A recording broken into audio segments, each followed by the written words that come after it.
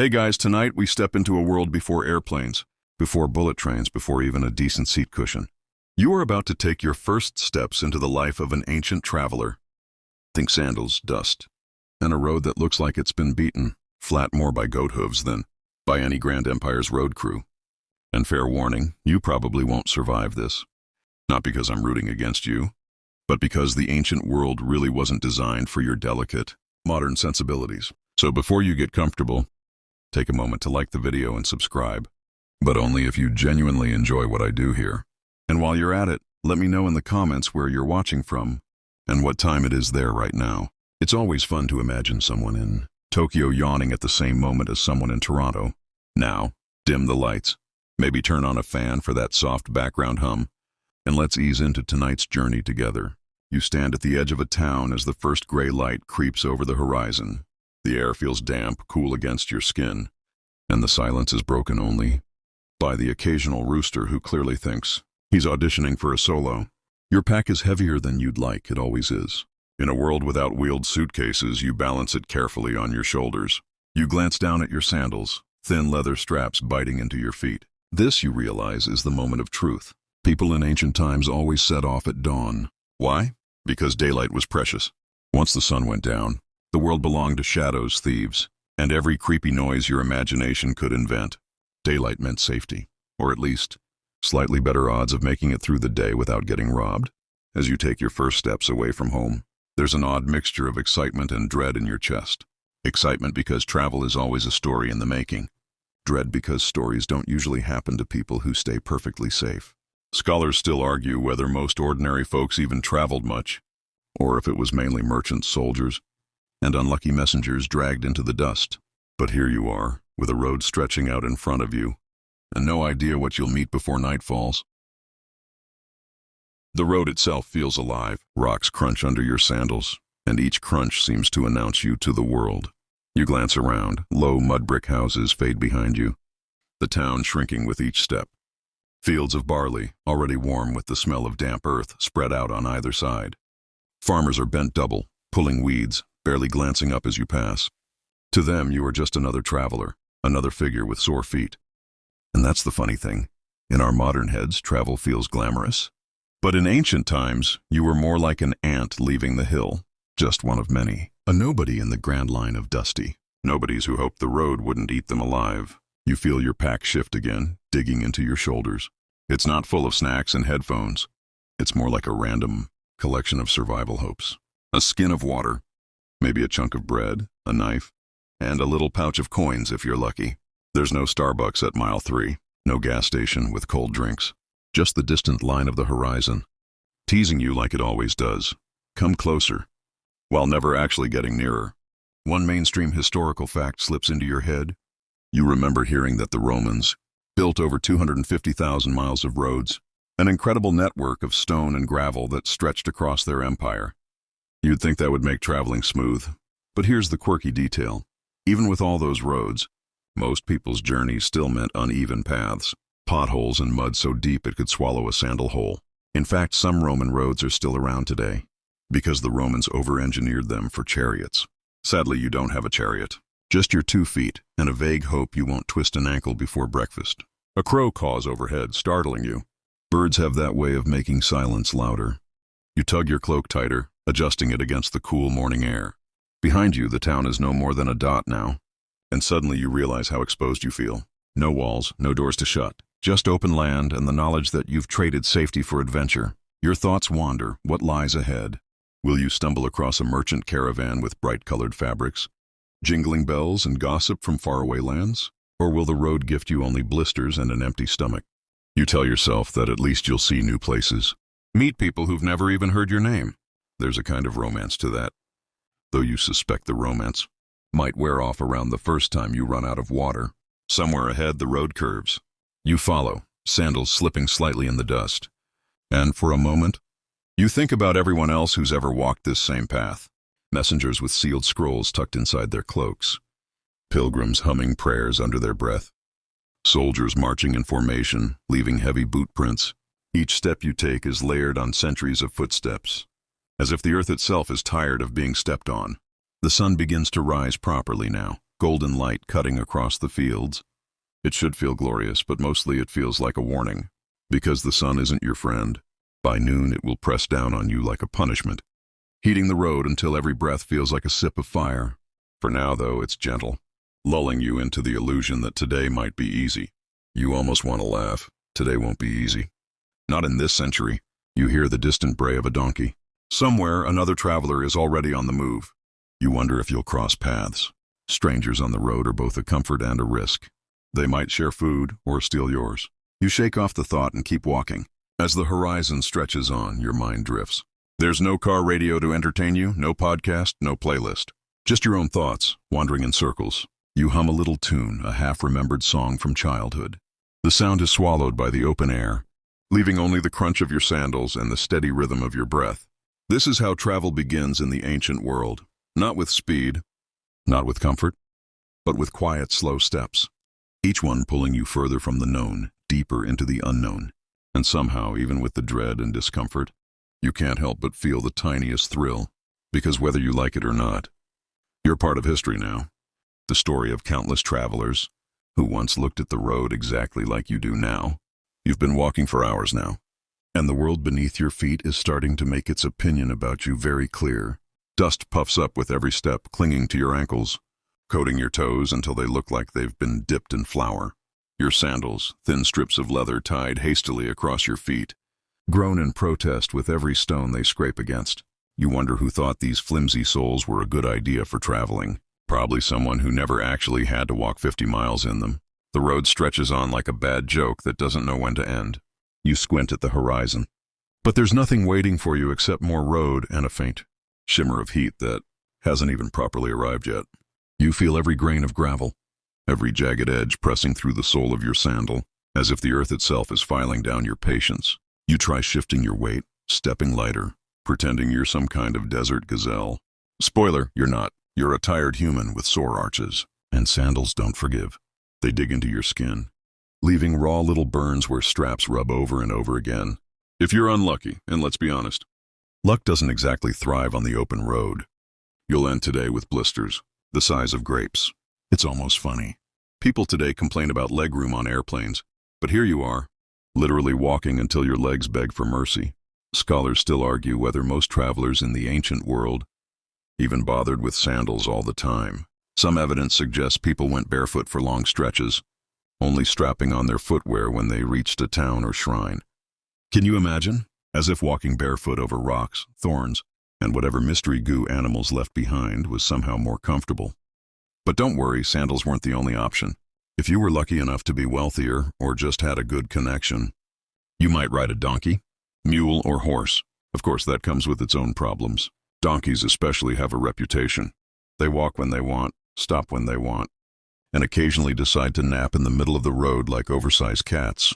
Horses are faster, sure, but they require feeding, grooming, and a rider who actually knows what they're doing. You, sadly, are stuck with your sandals. Another stone pokes through the sole and you nearly stumble. You mutter something that wouldn't be polite in Latin and keep moving. This is traveling in the ancient world, gritty, sore, and unrelentingly slow. You start counting your steps, pretending it's a game. Because if you focus too much on the pain, you'll start wishing for a time machine. And unfortunately, there isn't one hidden behind that next curve in the road. But you keep walking anyway, because every blister, every pinch of leather against skin, every stubborn grain of dust wedged between your toes is part of the story. You're not gliding down a smooth highway with AC and podcasts. You're trudging like countless forgotten travelers before you, each step both miserable and strangely meaningful. And somehow, that makes the journey, if not comfortable, at least worth remembering. Your sandals scrape forward, another few feet, and suddenly the road doesn't feel so lonely anymore. There's a noise behind you, soft at first, like someone dragging a sack across gravel. You turn your head, and sure enough, here comes your new traveling companion, a donkey, or rather, a donkey dragging its human along by sheer force of stubbornness. The man pulling the rope mutters under his breath, probably cursing the animal in a language that sounds more like sighs than words. The donkey plods along with ears twitching lazily, eyes half closed as though it's personally offended by the idea of walking before noon. Its hooves beat a steady rhythm, and you realize this is the soundtrack of ancient travel. Not engines, not tires, not horns, just hooves. You step aside as the man and beast pass, and you watch how the donkey flicks its tail. Completely unimpressed by everything, you can't help but smile. Scholars still argue whether donkeys were the unsung heroes of early trade or just walking headaches. But here's a quirky detail. Donkeys have been used for transport for over 5,000 years, and ancient Egyptians loved them so much they were sometimes buried with their owners, like some grumpy little four-legged family heirloom. Of course, donkeys weren't the only beasts of burden out here. You glance up the road and notice another traveler coming toward you, bouncing slightly with each step of his tall camel. Camels are the celebrities of desert travel. Their long necks sway like metronomes, their padded feet barely making a sound. The rider looks both smug and uncomfortable, perched high above you like royalty, but also constantly shifting to stop himself from sliding off. You hear the camel grunt as it passes, a guttural noise that sounds like the beast is auditioning for the role of world's most annoyed singer. People romanticize camels as desert ships, but truth be told, they stink, they spit, and they have zero interest in your opinion of them. And yet, without them, entire trade routes, the Silk Road, for example, wouldn't have been possible. So yes, you respect them, from a safe distance. Then there are horses, sleek, fast, and a little too full of themselves. If donkeys are the stubborn workhorses of the road, then horses are the sports cars of antiquity. They're expensive, high maintenance, and prone to showing off. Riding one feels glamorous, like you're Julius Caesar himself heading out to inspect the legions. But the reality? You need to feed them properly, brush them constantly, and pray they don't decide to buck you off in the middle of nowhere. And if you think you're sore after walking in sandals, try sitting bareback on a horse for 3 days straight. Your spine will write you angry letters. You watch the camel disappear into the distance, its rider not even glancing back at you. The donkey and its handler are long gone too, leaving you with only the echo of hooves in your ears. The road feels different now, though. Less empty. You realize that in the ancient world, the vehicles had minds of their own. They didn't just carry you, they judged you, tested your patience, and occasionally threw you into the mud. A mainstream fact sneaks into your mind as you trudge forward. The Persians, with their royal road system, could move messengers on horseback faster than almost anyone else in the world. They say a rider could cross nearly 700 miles in just a week with a relay of fresh horses. Impressive, right? But here's the kicker, the quirky reality, is that most ordinary people would never even get close to such speed. For you, with your aching feet and imaginary donkey, travel is still a snail's race. You wonder which beast you'd pick if you had the choice. Donkey for reliability, camel for endurance, horse for speed, or maybe you just invent the world's first skateboard and call it a day. But of course, the road doesn't care what you'd like. It offers you dust, it offers you hooves, and it expects you to keep moving.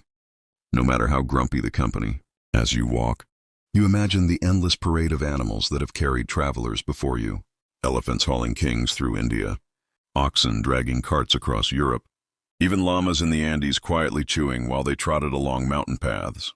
Every culture had its beast, its preferred mode of transportation, and every one of them came with quirks that made journeys less about glamour and more about patience. The sun climbs higher, and you catch yourself wishing for a donkey of your own, even a lazy one. Anything to take the weight off your shoulders. But then you think of the smell, the unpredictable pauses, the swishing tail, and maybe your sandals don't seem so bad after all. At least they only betray you in silence. You sigh, adjust your pack, and keep going.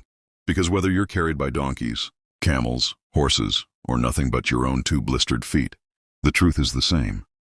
Travel in the ancient world isn't about comfort. It's about survival, endurance, and the strange companionship of creatures who didn't ask to be here either. The road ahead begins to shimmer as the sun climbs higher, and you notice movement along the roadside. Merchants, beggars, and wandering storytellers populate the edges of the path, each with their own agenda, and you realize that meeting strangers is part of the ritual of travel. You are no longer alone, but that doesn't automatically make you safe.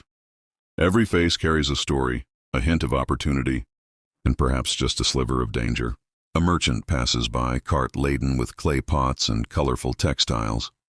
He haggles with a nearby farmer, raising his voice in that familiar cadence that seems both insistent and musical. You watch, fascinated, and almost forget your own aching feet. The merchant's donkey refuses to budge, stamping and braying in protest. Oddly, the commotion doesn't bother you. It's strangely comforting to see another human. Negotiating the chaos of the road, scholars still argue whether these encounters were mostly economic, or if they also served a social function, a chance for travelers to exchange news, gossip, or warnings about the journey ahead. As you move past, a beggar steps out from the shade of a tree. He holds a small bowl, eyes wide and hopeful. You offer a piece of bread, if only because it feels like a polite nod to the world you've just left behind. The beggar thanks you in a low voice, and the sound almost seems ceremonial, like an acknowledgement of your passage through this shared space. Oddly, you feel more awake, more aware of the textures, smells, and subtle rhythms that fill the road. A storyteller sits by a tree, a stringed instrument lying forgotten across his knees. His voice is low, and as you approach, he begins recounting a tale about a brave traveler and his loyal donkey, a story so vivid that you almost feel you're living it. Perhaps the funniest part is that it's mostly nonsense, woven from exaggeration and imagination, but it makes you grin despite the dust in your eyes. Quirky details abound. The traveler's donkey supposedly ran away with a loaf of bread, leaving the hero to negotiate with a very angry goat instead. You pass and continue along the road, carrying a new sense of connection, even if it is fleeting. The faces you see will disappear behind the horizon, but they leave an impression on your mind, like bookmarks in the story of your journey. Every interaction, no matter how brief, punctuates the rhythm of travel, reminding you that you are part of a larger network of human movement. Food becomes the next pressing matter. You reach into your pack and nibble at a piece of dried bread. But the taste is dry, coarse, and mildly infuriating. You glance at the merchant's cart, now a speck in the distance, wishing you could trade your stale loaf for a fresh pastry. Travel in ancient times rarely offers gourmet treats. You are lucky if your provisions survive a single day without turning to crumbs. Scholars still debate whether travelers carried more food than they ate, or if they mostly relied on roadside inns, temples, or generous strangers. In any case, you chew slowly, savoring the sensation of a small bite that passes for a meal. The road curves, and you notice the subtle signs of human life off the path, smoke curling lazily from chimneys, the faint sound of children laughing, and dogs barking in the distance. Each detail reminds you that the world exists beyond your solitary journey, that you are threading your way through a living, breathing landscape. Yet the farther you go, the more isolated the road feels. There's a rhythm to the solitude, a lulling repetition that alternates with sudden bursts of social interaction. You pause for a moment, wiping sweat from your brow, and allow your gaze to wander. Birds fly overhead, perhaps chasing insects or just enjoying the warmth of the sun. A farmer swings a scythe, cutting wheat with mechanical precision. Even the stones on the road seem to hold stories, the grooves of cartwheels and hoofprints from countless travelers long gone. Quirky detail, sometimes travelers would deliberately leave small carvings or marks on stones, as if to say, "I was here, and I survived the dust." By midday, the sun has climbed fully overhead and shadows shrink to slivers. You realize that the encounters with strangers, as fleeting as they are, offer more than just distraction. They provide orientation. Names, directions, warnings about dangerous stretches of road, hints about upcoming markets, or inns, all of it forms a mental map that no crude paper or carved stone could replicate. Traveling is as much about reading human signals as it is about covering distance. Despite the discomfort of your sandals, the weight of your pack, and the relentless sun, you feel a strange camaraderie with these people, the unseen network of travelers, merchants, and wanderers. Even the briefest exchanges leave traces in your mind, offering solace, guidance, or a touch of humor. And as you step forward, the road continues to unfold, a mixture of solitude, social encounters, and the constant, relentless motion that defines ancient travel.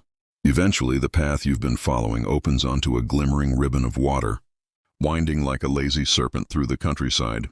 The sight is both enticing and intimidating. Traveling by water in ancient times was supposed to be easier, faster, but you quickly learn that it comes with its own set of headaches. You step onto the riverbank, squinting at a small barge bobbing gently on the current, and suddenly realize the comfort you imagined was more of an illusion.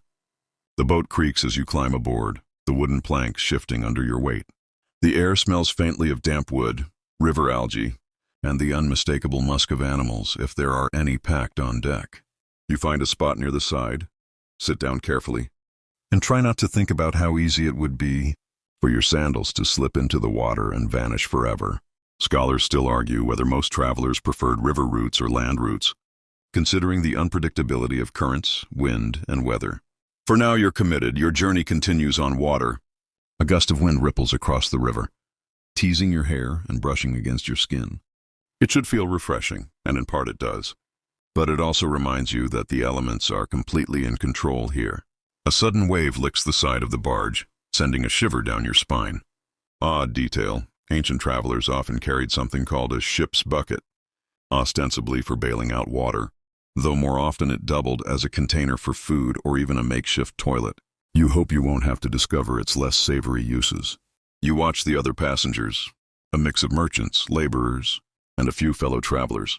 Some are humming, some whispering prayers, others silently staring at the water. Each person has their own way of enduring the slow, rhythmic rocking of the barge. You can't help but think about the irony. On solid ground, your feet are tortured by stones. On water, your body is tortured by the unceasing, gentle sway. Travel is relentless, no matter the medium. Food comes up again. The small provisions in your pack feel ridiculous here. Dried bread, a small chunk of cheese, maybe some nuts.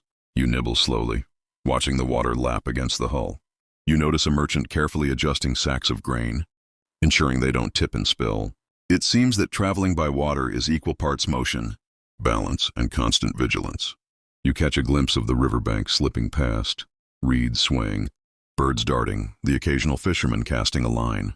You almost envy their stationary life. Here you are, moving, yet barely feeling a sense of progress. Each ripple in the water reminds you of the unpredictability of your journey. Scholars still debate how ancient mariners judged their speed. Was it the feel of the current beneath, the hull, or simply counting time until land appeared? You consider trying both methods, but settle for watching the horizon instead. The barge lurches slightly and you grip the side. Someone chuckles nearby, a loud human sound that is both comforting and alarming. You realize humor was probably just as important on ancient rivers as it is today. After all, a laugh keeps the mind occupied while the body negotiates constant motion, wet decks, and occasional smells that no human should have to endure. A gull squawks overhead, diving into the river and sending ripples across the surface.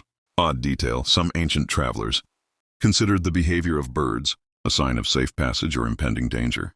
You smile at the thought, imagining a seagull as a mystical road sign. Maybe it's telling you to be cautious, maybe to laugh. Probably both. By midday, the sun has climbed fully overhead, reflecting on the water and turning the river into a glittering ribbon. It's beautiful and almost deceptive. Traveling by water is slower than you imagined because you must negotiate currents, avoid rocks, and sometimes push or pull the barge.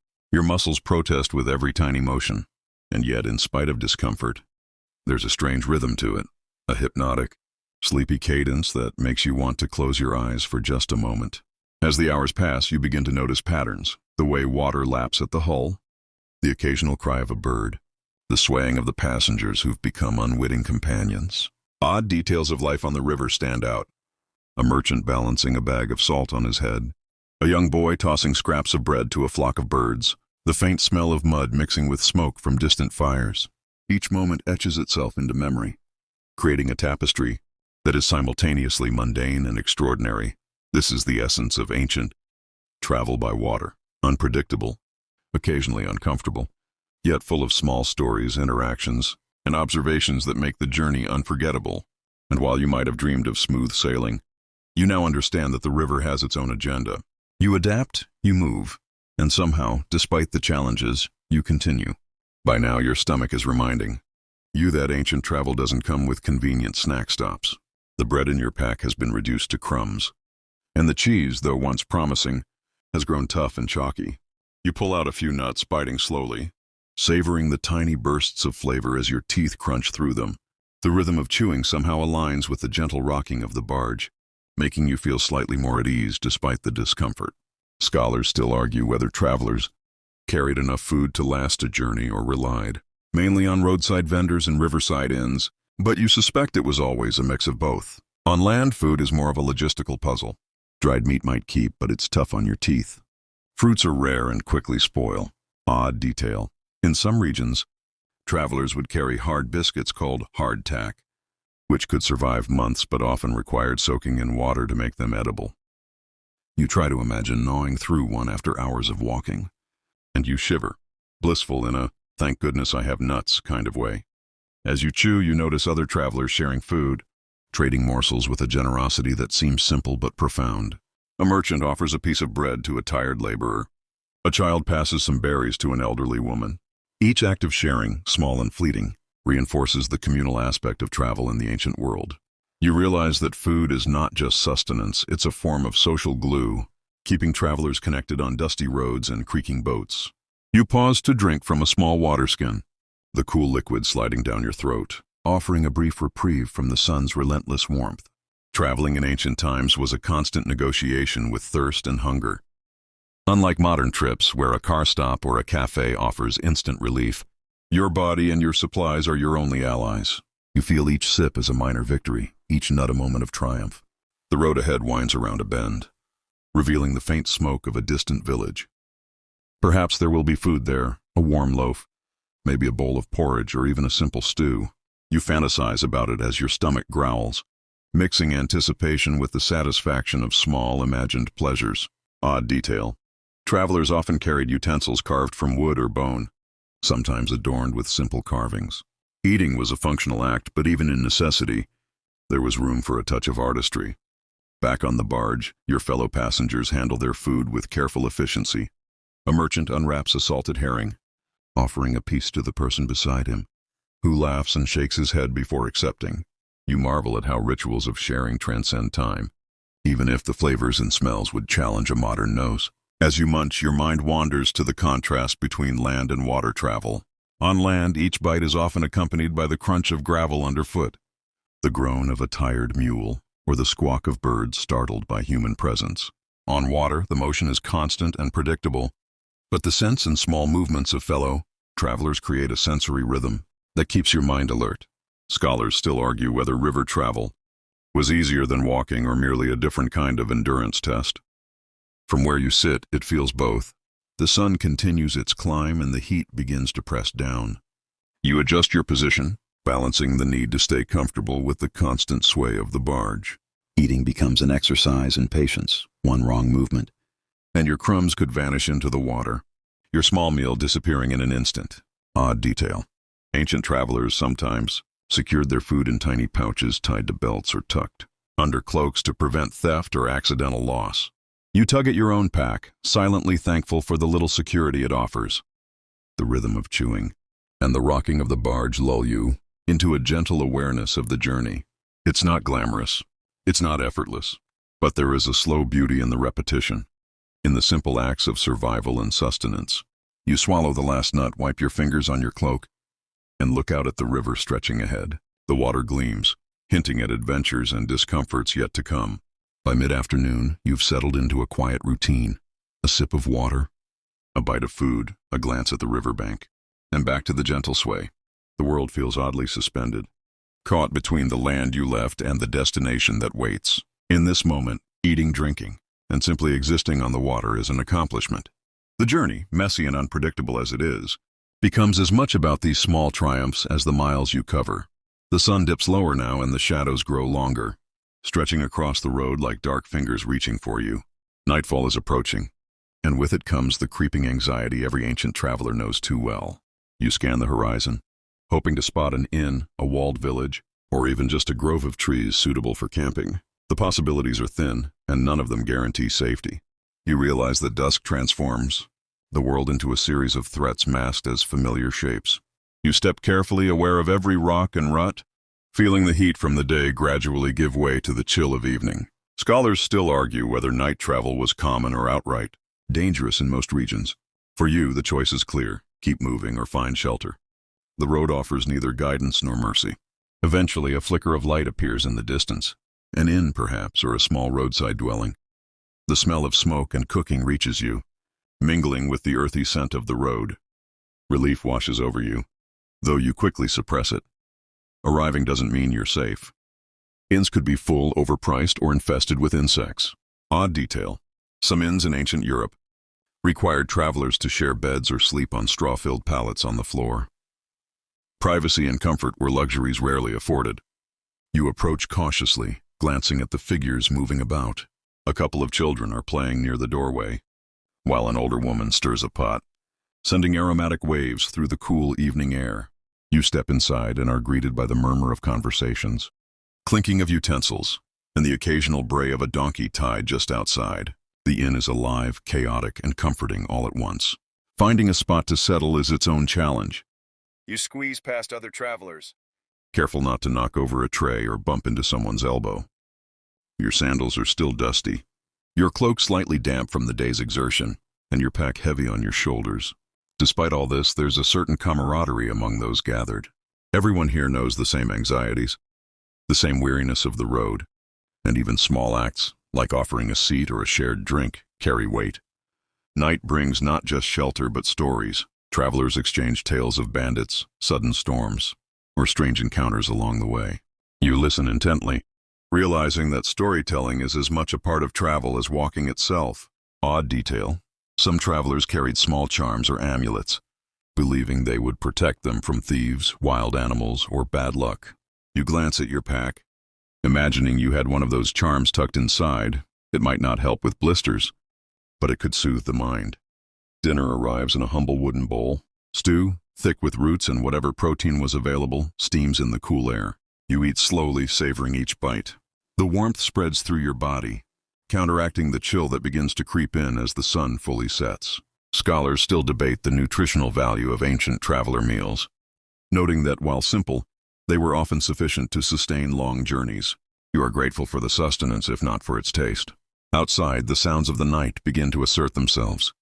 Owls, distant wolves, the occasional shout of a traveler testing the dark. You wrap your cloak tighter, your senses heightened. Ancient roads were unforgiving after dusk, and every shadow could conceal a threat. Yet there is a strange beauty here, a quiet rhythm of life, survival and human ingenuity adapting to the darkness. You finish your meal, feeling your body relax slightly, though the tension never fully leaves. A corner of the inn offers a small pallet strewn with straw. You settle there, finally allowing yourself a moment of rest. Your muscles ache, your feet throb, but the day's exertions begin to dissolve into a gentle drowsiness. Odd detail: in some regions, travelers would sleep fully clothed, boots and all, ready to flee at a moment's notice. You silently decide to follow the tradition, just in case. Outside, the wind whispers through the trees, and the inn hums with the muted activity of those who are still on the move. You drift towards sleep, lulled by the gentle chaos of the place, aware that the road will call again in the morning. Nightfall, once a source of anxiety, now becomes a cocoon, a pause in the relentless motion of ancient travel, a brief respite before the journey resumes. The morning arrives quietly, with a pale light filtering through the cracks of the inn's walls. You stretch, feeling every muscle scream in protest, your feet reminding you that sandals were a poor life choice. Today the road awaits again, and with it comes the challenge of orientation. Maps as we know them barely exist, replaced instead by memory, spoken directions, and landmarks that might as well be riddles. You step outside, squinting against the sun. A large tree marks the edge of the village, a crooked trunk with a branch jutting at an odd angle. Travelers before you have likely used it as a marker, a signpost pointing toward the next stretch of road. Odd detail: in some cultures, carved symbols or small piles of stones indicated safe paths, dangerous stretches, or nearby inns. You glance at the tree, half expecting a carved arrow, but all you see is a bird nest swinging in the breeze. Walking becomes an exercise in observation. Hills, rivers, and unusual stones act as your guides, your memory stitching together a map that no paper could replicate. Scholars still argue whether ancient travelers relied more on such landmarks or on spoken directions from locals. In practice, it was a combination, and you quickly learned to trust your instincts, while double-checking with anyone you meet along the way. A merchant appears on the horizon, walking briskly with a pack of goods slung over his shoulder. You nod politely, and he nods back, his eyes flicking toward a distant rock formation. That's your cue, the landmark that marks a fork in the road, the place where travelers must decide which path to take. The interaction is brief but crucial, a subtle exchange of knowledge that ensures you stay on track. The road itself varies wildly in texture. Some stretches are hard-packed and forgiving, others rutted and uneven, each demanding attention. Odd detail: travelers in ancient Rome sometimes carried small walking sticks, not for combat but to test mud depth, check for hidden holes, or fend off snakes. You imagine holding one, feeling slightly more confident, though still acutely aware of every jagged stone underfoot. The sun climbs higher and the shadows shorten. You notice small villages in the distance, smoke curling from chimneys, the occasional bell tolling. Each one represents a potential rest stop or danger, depending on luck and local customs. Scholars still debate how safe it was to travel through unfamiliar territories, noting that even a short detour could expose travelers to robbery, taxes, or hostile villagers. You glance at your pack nervously, imagining the possible consequences. You follow a narrow path that skirts a shallow river. Water trickles over stones, reflecting the sky in fractured patterns. Odd detail, some travelers would mark such crossings by stacking small stones or carving notches into nearby trees, ensuring they could retrace steps or help others find safe passages. You pause briefly, balancing your feet on slippery stones, and take a deep breath of the crisp morning air. Birds dart overhead, insects buzz, and the wind rustles the leaves, providing a soundtrack that is both soothing and alerting. The rhythm of travel is hypnotic, the crunch of your sandals, the occasional call of a distant traveler, the wind whispering through the trees. You realize that navigation is not just physical.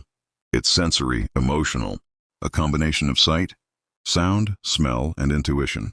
A sudden gust brings the scent of smoke from a distant hearth, reminding you that people live and work along these roads. Odd detail. Some travelers would stop at certain villages not for rest or food, but to exchange news or gain advice about the route ahead. Information traveled as quickly as goods in the ancient world, often more important than the coins jingling in your pouch. Hours pass, and you find yourself piecing together the landscape into a coherent mental map. Each rock, tree, and village marks a milestone, a checkpoint, a promise that the road is still navigable. You feel a quiet satisfaction, knowing that with each step, you're mastering not just the path, but the art of ancient travel itself.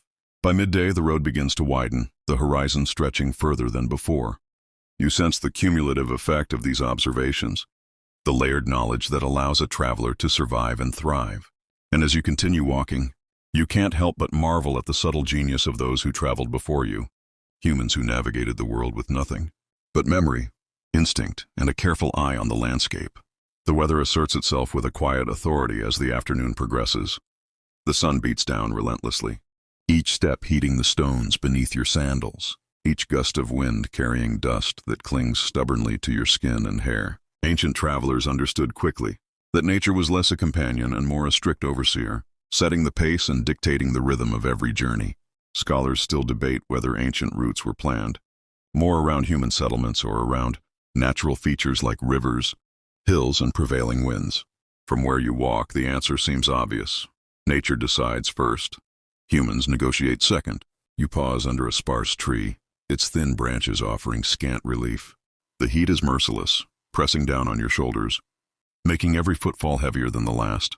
Odd detail, travelers sometimes carried simple, foldable mats or straw hats not for fashion, but as shields against the relentless sun. You adjust your cloak, trying to use it as shade, and realize how primitive solutions often became essential tools for survival. The sky begins to shift subtly, clouds gathering on the horizon.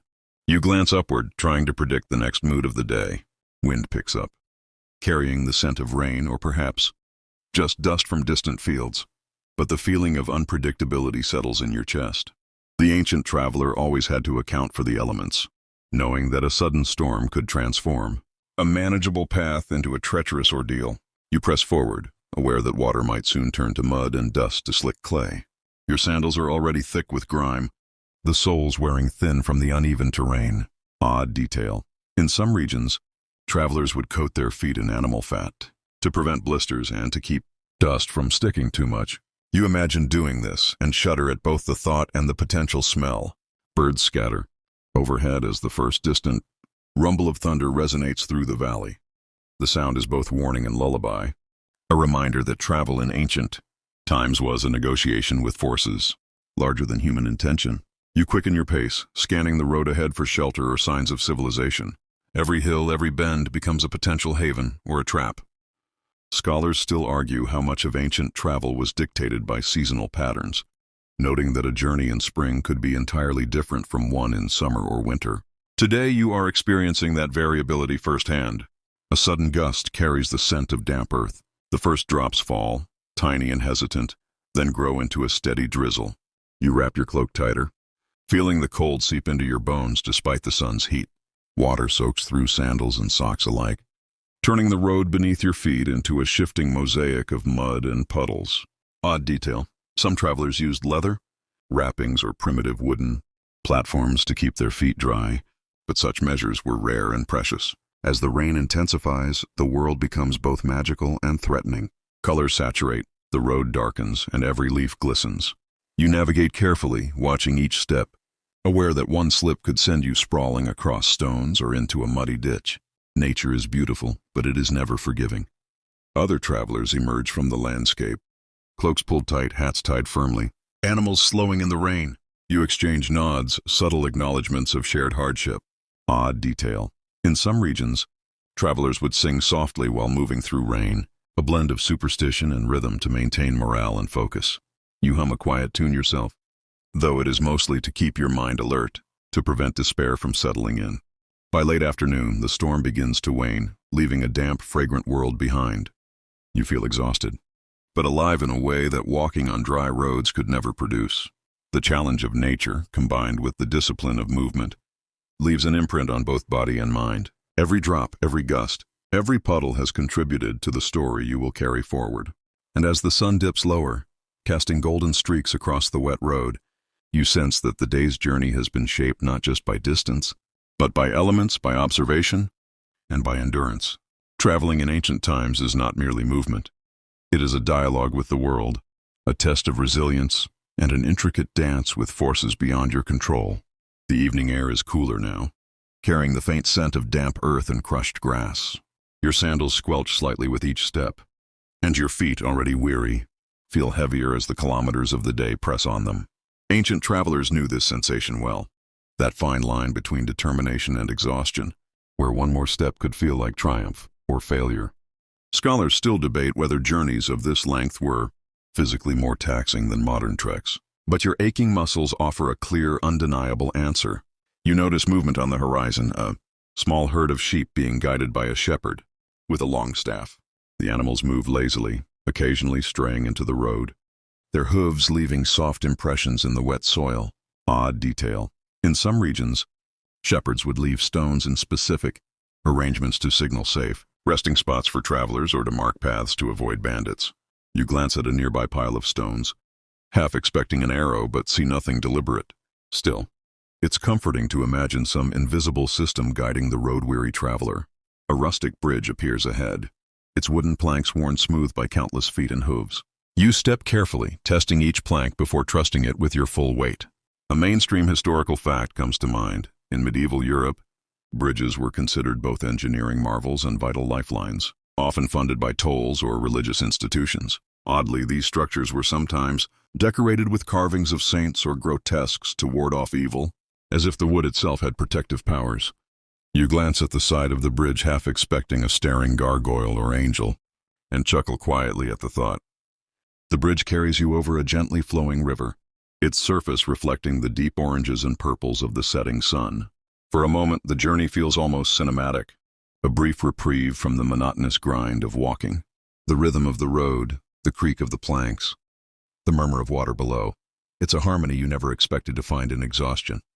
You continue on, the village you passed earlier now shrinking into the distance. The road begins to climb slightly, small hills testing your stamina again. Odd detail. Ancient travelers sometimes left small tokens or carvings at hilltops to signify completed milestones or safe passage. You imagine placing a pebble or coin as a mark of your own endurance, though the likelihood of it remaining there unnoticed is small. As the sun sinks further, shadows grow longer, stretching across the road like silent spectators. You realize that nightfall will soon demand shelter. The ancient traveler had to anticipate this, scouting rest stops, finding safe villages, or carrying rudimentary tents. Each step carries urgency now, balancing exhaustion with foresight. Scholars debate how often travelers truly planned their nights versus improvising, but from your perspective, it feels like a constant negotiation with circumstance. A stray dog crosses the path ahead, sniffing at the earth and then trotting off without a care. Odd detail. Some cultures revered animals on travel routes as omens or guides, believing their behavior could indicate safety, water sources, or the approach of danger. You shake your head with a wry smile, but secretly hope the dog's direction is favorable, the last stretch before your intended Stop is lined with tall grasses and the occasional flowering shrub. The air carries a cooler, more fragrant scent, hinting at the approaching evening. You slow your pace, conserving energy for the final push. Your body aches, your feet protest, but your mind is sharper, alert to every sign of potential shelter or hazard. Finally, a faint glow appears on the horizon, lamps or fires marking a small settlement. Relief washes over you, though tempered by the knowledge that arrival doesn't guarantee comfort or safety. Still, the sight ignites a spark of determination. You quicken your pace, navigating uneven stones and shallow puddles, each step bringing you closer to respite. By the time you reach the village, twilight has descended fully. You can see people moving about, animals being tended, smoke curling lazily from chimneys. Odd detail. Travelers in some regions were welcomed into communal houses or taverns, where food, warmth, and stories awaited. You can only hope that fortune favors you tonight. You enter the village cautiously, your feet dragging slightly from the day's relentless march. The narrow streets are alive with muted activity. Women hanging laundry, children chasing each other with loud, carefree laughter, and merchants calling out their wares in low rhythmic tones. The air is heavy with the scent of cooking fires and damp earth, a mixture that is strangely comforting. Odd detail. In some ancient villages, travelers were expected to contribute a small fee or perform minor labor in exchange for lodging, a tradition that helped sustain both inns and the local community. You spot a modest inn tucked behind a row of low houses. Smoke curls from a small chimney, promising warmth, shelter, and perhaps a simple meal. Your sandals squish slightly as you cross the muddy street, each step a reminder of the day's miles. Scholars still argue about the quality and availability of inns in different regions, noting that in some areas travelers faced hostility or empty beds, while in others hospitality was nearly guaranteed. You hope you've picked the right spot. Inside, the inn is bustling with evening activity. Travelers lounge near the hearth, warming themselves and sharing stories. A fire crackles, throwing long shadows across the walls. You find a small corner, setting your pack down with a sigh of relief. The straw-stuffed pallet awaiting you seems like paradise, though you know the night will be short and sleep light. Odd detail. In many inns, the floor might be shared with animals, and stray cats or dogs often wandered freely, sniffing at travelers' belongings. Dinner is simple but nourishing. A thick porridge flavored with whatever herbs were available, accompanied by small chunks of bread. The warmth seeps into your body, easing the stiffness from your muscles and the ache in your feet. Eating slowly, you watch other travelers and note the subtle, social cues of the space, the quiet nods, shared glances, and small gestures that signify camaraderie. Among those who spend their lives on the road, scholars still debate whether the communal aspects of inns helped maintain networks of information among travelers. And you begin to see the logic. Outside, the wind whispers against the walls, and occasional laughter carries from nearby homes. The village is small, self-contained, and yet full of life. Odd detail. Travelers often left small tokens or offerings at local shrines near inns, believing it would protect them on the next leg of their journey. You glance around, imagining yourself doing the same. A tiny gesture for safety and favor. After your meal, you stretch out on the pallet, feeling your body sink into the coarse straw.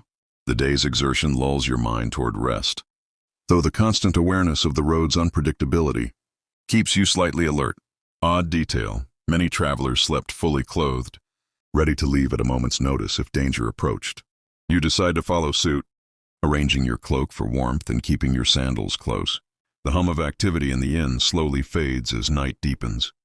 Other travelers drift to sleep, some murmuring softly to themselves or each other, their voices mingling with the crackle of the fire. You close your eyes, listening to the mixture of sounds, the wind outside, the occasional creak of the building, the faint rustle of animals, and allow yourself to sink into a deep, restorative slumber. Even in sleep, your mind traces the day's journey, the uneven roads, the river crossings, the distant villages, and the ever-present challenge of the path. The ancient traveler's life is never easy, but it carries with it a rhythm, a continuity, and a quiet beauty that modern conveniences can rarely replicate. You drift between consciousness and dreams, a silent participant in the endless narrative of human movement. By the time the first light of dawn filters through the window, your body has recharged enough to face the next day's road. Odd detail. Travelers often woke early to take advantage of cooler temperatures, preparing for the day's exertions. Before the sun could fully assert its dominance, you rise with a mixture of anticipation and dread, knowing that the journey continues, mile after mile, story after story. Dawn breaks slowly over the village, casting long, golden rays across the uneven streets. You rise from the straw pallet, feeling the familiar ache in your feet and shoulders, a constant companion of travel. The inn is quiet now, the early risers already gathering their packs and preparing to depart. Odd detail, in some regions, inns would provide simple maps or verbal directions to travelers, leaving at first light, though often with little guarantee of accuracy. You check your pack, adjust your cloak, and step into the morning chill. The road stretches ahead, winding through fields still glistening with dew. Each step soaks through your sandals, and the air is cool but refreshing, carrying the sense of wet earth, grass, and distant smoke from chimneys.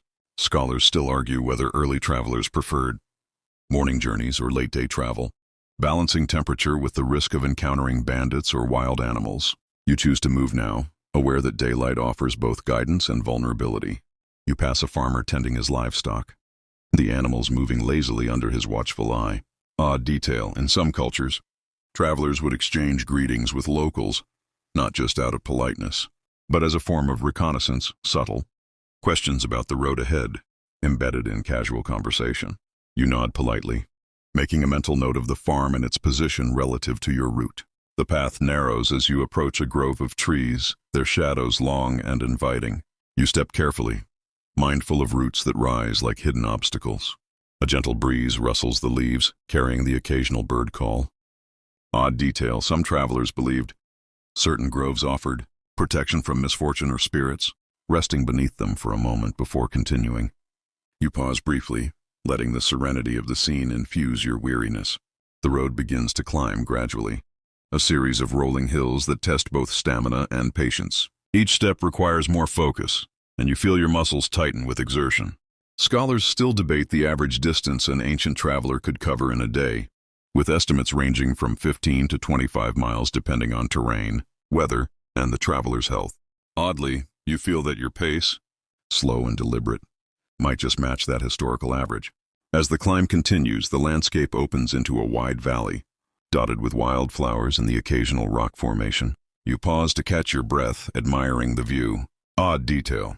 Ancient travelers often used prominent natural features, rocks, hills, streams, as reference points, creating mental maps that guided them more reliably than written maps could. You mark the largest rock in your mind, a silent promise that you will use it to stay on track. A small herd of goats appears following a young shepherd down the hillside. You navigate around them carefully, aware that even animals can be unpredictable. Scholars still argue whether interactions with animals along the route significantly shaped travel patterns, as livestock and domesticated creatures were both companions and obstacles. Oddly, watching the goats reminds you that life, movement, and navigation are deeply intertwined in this world. The sky begins to shift, clouds forming in scattered patterns that suggest afternoon rain. You adjust your cloak, preparing for the possibility of another downpour. Odd detail, some travelers would carry small pouches of oil or resin to protect their clothing and boots from water damage. A primitive but effective measure. You imagine how useful such a thing would be now. The valley opens further, revealing the faint outline of another village in the distance. You quicken your pace slightly, eager to reach shelter before weather or fatigue overwhelms you. Each step resonates with the rhythm of previous days, the cumulative knowledge of road, weather, and endurance guiding your movements. By midday, the village is within sight, its rooftops a mix of thatch and clay. Smoke curls gently from chimneys, and the distant sound of animals and villagers fills the air. You feel a quiet relief. Arrival is near, but you also know that even here, comfort is limited and vigilance is essential. Odd detail. In some ancient villages, travelers were given temporary lodging in communal halls, sharing space with strangers and animals alike, a test of adaptability and patience. You approach cautiously, scanning for potential hosts and safe spots to rest. The journey continues, but each village, each stop, offers a momentary reprieve, a brief chance to recover, observe, and prepare for the next stretch of road. The village welcomes you with muted activity, the sounds of daily life blending into a gentle, chaotic hum. Chickens cluck near the entrance, dogs bark softly, and a few early risers sweep the streets with straw brooms. sending clouds of dust into the air. Odd detail, in some cultures, villages had informal welcome committees of sorts. People who would subtly observe travelers to ensure they posed no threat or were worthy of lodging. You step carefully, aware of the unspoken social rules. You locate a small inn, the kind with low ceilings and rough wooden beams. Smoke drifts lazily from the hearth inside, mingling with the faint aroma of baking bread. You pause for a moment, adjusting your pack, aware that the next hour will test both endurance and patience. Scholars still debate how inns maintained order when multiple travelers arrive simultaneously, often in search of limited space and resources. Odd detail, in some inns, benches or pallets were designated for different types of travelers: merchants, peasants, or messengers, ensuring some semblance of hierarchy. Inside, the inn is warmer than the street, filled with murmurs and the soft crackle of firewood. You find a corner to settle, grateful for the straw pallet waiting for you. Your muscles protest, but the comfort of warmth and shelter begins to ease the tension of the long road. Odd detail. Some travelers carried small personal charms or tokens, tucking them under their pillows as a form of protection or reassurance during the night. You tuck your own cloak close, imagining it serving a similar purpose. Dinner is simple: a broth thick with vegetables and small pieces of meat, served with coarse bread. You eat slowly, appreciating both the nourishment and the ritual of sharing space with other travelers. Odd detail. Communal meals in inns often served as informal information exchanges, where rumors, news, or advice about the next stretch of the road would be traded discreetly. You listen carefully, noting a few tidbits that may prove useful. As evening settles, shadows stretch across the inn's wooden floors. Travelers settle into their corners, some murmuring to companions, others quietly preparing for sleep. You feel a soft fatigue creeping over you, a combination of walking, standing, and vigilance. Odd detail. In certain regions, travelers would maintain a low-level vigilance even while resting, keeping eyes and ears attuned to the sounds of the inn, ensuring no surprise thefts or disturbances occurred during the night. You arrange your belongings carefully, practicing the same instinctive caution. The fire flickers, casting warm light and long shadows, and you notice the subtle routines of fellow travelers. One man tends to his boots, another adjusts his pack, while a young girl hums softly to herself. These mundane acts are strangely comforting, a reminder that life continues even in transition. Scholars still argue how much of travel was structured by such routines versus improvisation, and you find yourself appreciating the balance between order and unpredictability. Outside, night deepens, the sounds of the village fading into the distance. The wind rustles gently, carrying a mixture of earthy scents and faint smoke. Odd detail. Travelers often used natural sounds to measure time or anticipate changes in weather, training their ears to detect subtle shifts in wind or distant animal calls. You lie back, listening, integrating the environment into your awareness. Sleep comes gradually, the day's exertion pulling your body toward rest. You drift between awareness and dreams, your mind replaying the rhythm of the road, the uneven stones, the swaying river, the scents and sounds of villages, and the subtle interactions with fellow travelers. The journey is not yet over, but for now, the inn offers a sanctuary, a pause in the relentless flow of movement. By midnight, the inn is silent except for the soft murmur of breathing, the occasional creak of the building settling, and the distant howl of a night animal. You feel a sense of continuity, a connection to every traveler who has rested here before, each leaving an invisible mark on the space. Odd detail. In some regions, travelers would leave small carvings or inscriptions in the wood, markers of passage and endurance. You imagine yourself adding a mark, a quiet signature of survival. Morning arrives softly, with pale light spilling across the inn's wooden floors. You stretch slowly, your muscles reminding you of yesterday's march and the days before. The inn is quiet except for a few early risers preparing their packs. Odd detail. Some inns provided small portions of food or water to early departing travelers, a courtesy that could mean the difference between a manageable day and exhaustion. You gather your belongings, adjusting straps and securing your cloak, preparing for another stretch of the road. Stepping outside, the morning air carries the freshness of dew and the faint scent of nearby fields. The road curves gently, flanked by hedgerows and scattered trees. Scholars still debate how ancient routes were chosen, whether priority was given to safety, speed, or access to resources. But from your perspective, it feels like a constant negotiation with terrain and opportunity. Odd detail. Travelers sometimes mark the path with subtle signs, small stones or broken twigs, to guide themselves or those who followed. You glance at the ground, imagining the invisible breadcrumb trail of previous wanderers. A herder appears, guiding sheep along a narrow path parallel to the main road. You maneuver carefully around them, mindful of stray hooves and low-hanging branches. Odd detail, in some regions, herders would intentionally create minor obstacles to slow travelers, either as a test of skill or to keep animals from straying. You navigate around the flock with a mixture of caution and amusement, noting the unpredictability of daily encounters. The road climbs steadily, the rhythm of your steps syncing with the rising sun. Each hill tests stamina, and you feel your body negotiating heat, weight, and fatigue. Scholars still argue how far an average traveler could reliably journey in a day, under such conditions, considering food, rest, and terrain. Odd detail. Travelers often used pacing techniques, counting steps or following the movement of shadows, to maintain a steady rhythm and avoid exhaustion. You find yourself adopting a similar strategy, matching each step to an internal cadence. A small stream appears to your side, its water clear and cold. You kneel to drink, relishing the sensation as it flows over your tongue and down your throat. Odd detail. Some travelers carried small cloths to strain water, wary of contamination from silt or animal activity. You sip slowly, savoring each gulp as though it were a luxury, aware that hydration could dictate the success of the day. Birdsong fills the air, punctuated by the occasional rustle of unseen animals. The combination of movement and natural sounds lulls you into a gentle awareness, a balance between alertness and calm. Odd detail. Travelers often interpreted birds' behavior as omens, using flight patterns or calls to predict weather or locate safe paths. You glance upward, imagining the tiny network of signals weaving through the sky. By late morning, the road flattens into a wide plain, sunlight stretching shadows across grassy expanses. You notice distant smoke, curling from a cluster of buildings, a potential village, a place for respite.